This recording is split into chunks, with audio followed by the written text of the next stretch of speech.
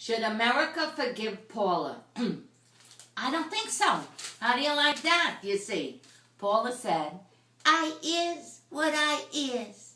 And now we found out who she is. We don't like her. Listen to this, please. She has lost Food Network show, endorsement deals with Target, Kmart, Walmart, Smithfield. Her husband, gone. Everything, gone. Ka-ching, gone. Forget about it. No wonder why she's sad. You see, because prejudice is no, no, no. It's a no, no, no. But she was brought up, her daddy's probably prejudiced, his daddy's probably prejudiced, his daddy's probably... It goes down the line, you see. She wasn't taught correctly, you see. But she's an adult now. She should think for herself. She should know prejudice, it's a no-no.